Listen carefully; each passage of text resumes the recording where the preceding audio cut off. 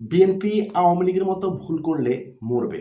Police প্রশাসন, বিচার বিভাগ, বিশ্ববিদ্যালয় সব জায়গা থেকে ঘাপটি মারা রাজাকারদেরকে চাকরিচ্যুত করতে হবে। কোনো বদলি বা ওএসডি নয়, চাকরিচ্যুত। এবং গত ১.৫ বছরে এরা যা যা অপকর্ম করেছে তার তদন্ত সাপেক্ষে বিচার করতে হবে খুবই দ্রুত। জনগণ কিন্তু ম্যান্ডেট দিয়ে দিয়েছে ১২ই ফেব্রুয়ারি বাংলাদেশ বিরোধী শক্তিকে দমন করতে না পারলে জনগণ পরের বার বিএনপির সাথে কিন্তু থাকবে না।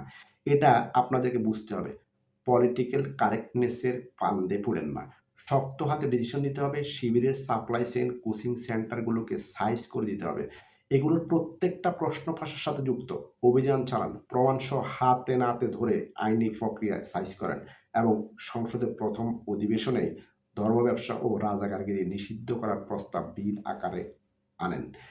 বিদায় বাসরাইতে না মারলে কি হয় তা ১.৫ বছরে বুঝতে পারছেন নিশ্চয়ই। রাজাকাররা ক্ষমতা পাইলে কিন্তু এই ৭ দিনেই কেয়ামত কইরা ফেলত। আর বিএনপির তৃণমূল ভাইরা সবসময় নেতার দিকে তাকাইয়া থাকেন না। নেতা ভুল করলেও জি হুজুর, জি হুজুর কইরেন না। এই কাম কিন্তু আওয়ামী লীগ করছিল।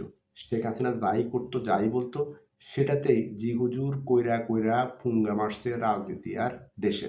নিজেদের ভালো মন্দ নিজেরা দেখেন, নেতা তো দেখবই, কিন্তু নেতারেও লাইনে রাখা লাগবো। কারণ নেতার ভুলের মাসুল নেতার চাইতে কর্মীর বেশি দেওয়া লাগে। দেখেন না, আওয়ামী লীগের নেতারা বিদেশে কেমন আরাম আয়েশে আছে, কিন্তু কর্মীরা মূল্য দিতেছে দেশে। এই ভুল যেন আপনারা না করেন। ধন্যবাদ।